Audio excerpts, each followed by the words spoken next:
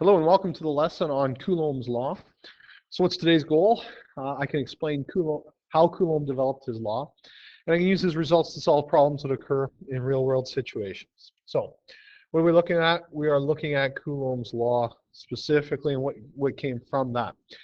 So all matter around us contains some charged particles, and there's electric forces that act between these charged particles, and Coulomb was able to determine the strength and properties between these substances. So what did he do? He took a piece of silver wire, so that is this right here, silver wire, and he connected it to an insulated rod.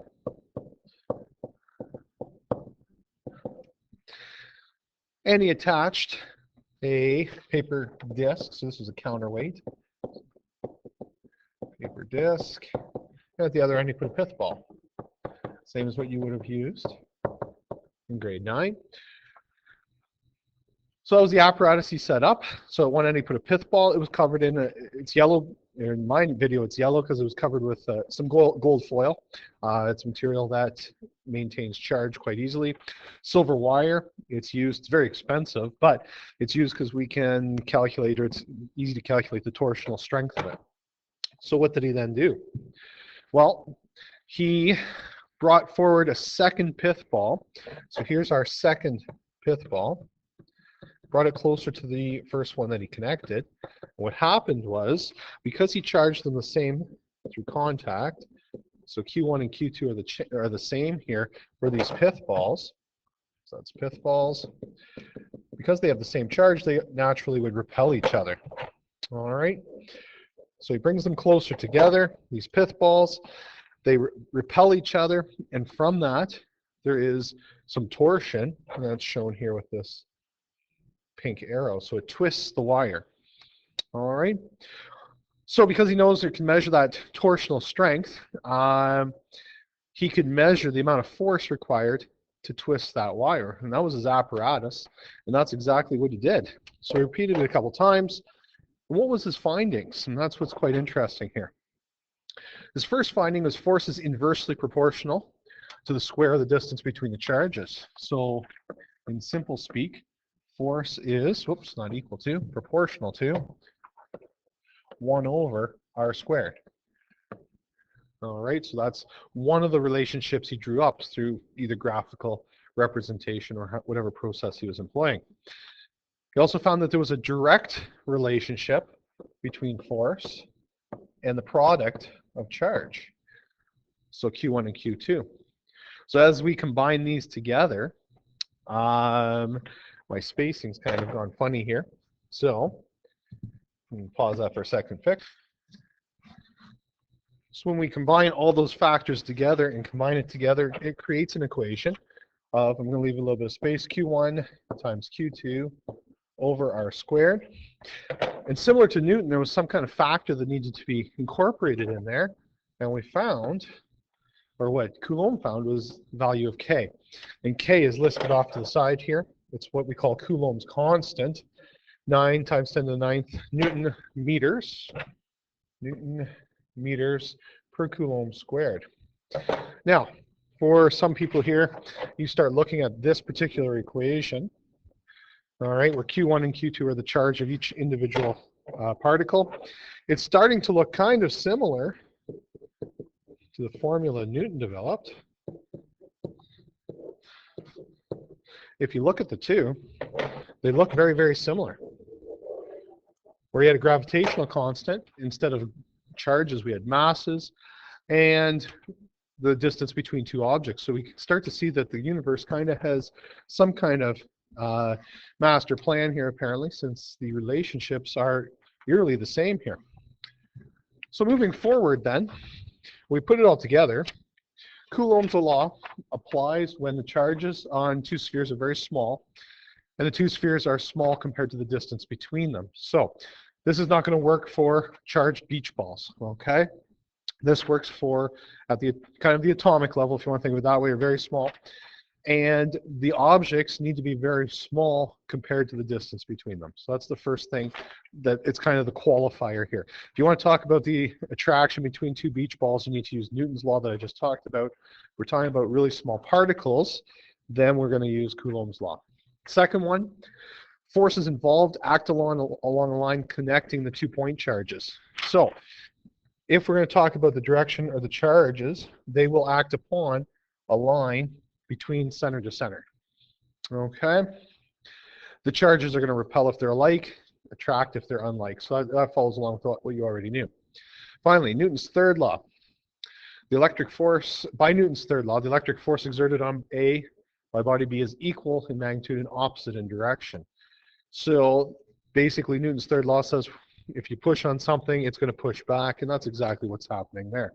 So the force of attraction will be the same on both, or the force of repulsion will be the same on both. Okay, so we call this our electric force. And that is our K, Q1, Q2 over R squared. So that will calculate our force. All right. So what relationships stem from Coulomb's law? So our first one is the formula that I just wrote out. All right, so K, Q1, Q2 over R squared. So this is like the formula sheet page for you right here. So that one's true. Now what happens if I'm comparing two forces? So I'm going to show you the math on the first one, and then you can get the idea of how I got the second one. So if I had my first force, which is K, Q1, Q2 over R1 squared, and I want to compare it to my second force, so I set up as a fraction, K, Q1, Q2, so we changed the distance. That's the only thing that's really changing here. By the math, the K's would cancel, Q1s would cancel, Q2s would cancel, and we'd end up with the final relationship that F1 compared to F2 is going to be R2 squared over R1 squared. So that matches up. We're just showing you that this is how I develop that relationship. So it's just comparing one to the other. And similarly, if we keep the radiuses the same, or the distance between charged particles, then Q1 multiplied by Q2 divided by the new Q1 and the new Q2 will also be a relationship. So you want to make sure that those three particular formulas make their way onto this unit's cheat sheet. Each have a place and use. So looking at the bottom then, total charge. The overall charge of an object is determined by Q equals NE. So you did that in the grade 11 course. You would have done that a little earlier in the review of electricity. Q is the amount of charge in Coulomb, so it's measured in C. N is the number of electrons in either deficit or excess. And E is the charge of one electron. So there is how we determine our value of Q. So that's looking at one of these guys right here. So when calculating Q1 or Q2. So for the most part, they are given in questions, but the odd time you may have to go one step further and determine the value of Q1 or Q2. All right. So let's get into an example here. So the magnitude of an electrostatic charge, force between two small, essentially point-like charges, and that's what we're really talking about is point-like charges, is 5 times 10 to the negative 5th newtons. Calculate the force for each of the following situations. So what happens in A part, the distance between the charges is doubled. So in A part, the distance between is doubled. So that means that the new radius is twice the original radius. So from that, all I know is basically the force in R. So I'm going to have to use one of those relationships from the previous slide. So F1 over F2 equals R2 squared over R1 squared. Substituting what I know. Actually, I'm not even going to bother substituting that force in yet. I'm just going to concentrate on the right side. I know R2 is simply 2 times R1 squared, more R1 squared. Probably see where this is going. So F1 over F2 is equal to 4 R1 squared over R1 squared. R1 squareds then cancel. And if I'm trying to find F2, rearranging it, I guess I'll show an extra step. I cross multiply or multiply the value up, which means that the final F2 would equal 1/4 of F1, which is 5 times 10 to the negative 5. Okay, so that is approximately 1.25 times 10 to the negative 5 newtons. All right, and then the accompanying therefore statement that we should include. Okay, so I showed a ton of steps there. Yeah, you can skip some steps because, I mean, the mathematical part of it, you need to use the steps that you need to get to that final answer. All right, and yes, you can substitute in your value of F1 at any point in time. It was just less writing for me not doing it. That's the only reason I did that. Okay, B part. The charge on one object is tripled. So Q1 prime is now 3 times the original Q1 value. And the other charge is halved. So Q2 loses half its charge. So again, we're still stuck with just the initial force. So we have our F1 over F2. This is a direct relationship. Q1, Q2 over Q1 prime, Q2 prime. So when you do your substitution, it will simplify for us. So Q1, Q2 over Q1 prime is just 3 times Q1, 1/2 Q2. Q1s and Q2s will drop out of this equation.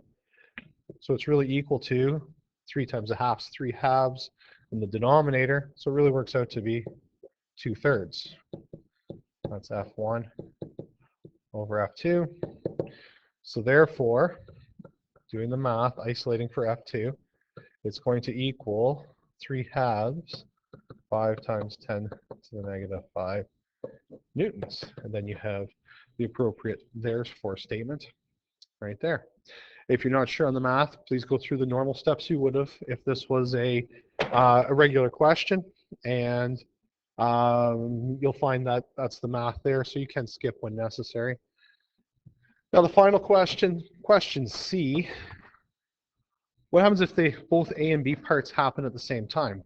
So what happens? Well, we can do it a couple different ways, but the easiest way is just to do the final combination together. And maybe I'll go back to this statement right here. So F1, F2 will equal the Q1. It's going to be basically a proportional relationship here. So the R2 squared over R1 squared multiplied by Q1, Q2 over Q1 prime, Q2 prime. Don't know why I was throwing a bracket in there. And what you can do is you can just write in your relationship that results from that. So if you look up, you see that you would have had 1/4, or we already know that the relationship there between R2 and R1 was a value of 4. And the Q1 over Q2, this point right here, so I'm just stealing from each point here, was 2/3. So we find out that that relationship, you can just multiply those relationships together. And what we find is that if we then rewrite and rearrange, we end up with F2 being equal to F1 divided by 4 times 2/3. And when you actually go through and do the calculations, 1.9 times 10 to the negative 5th newtons. And then your appropriate therefore statement and conclusion. Okay, so we're just playing with those relationships. They're the number 2 and 3 there that I had you circle and say would be on the, should be on your cheat sheet. That's pretty much how it works right there. And we got some more examples that we're going to run through in the next video, doing some of the more complicated calculations.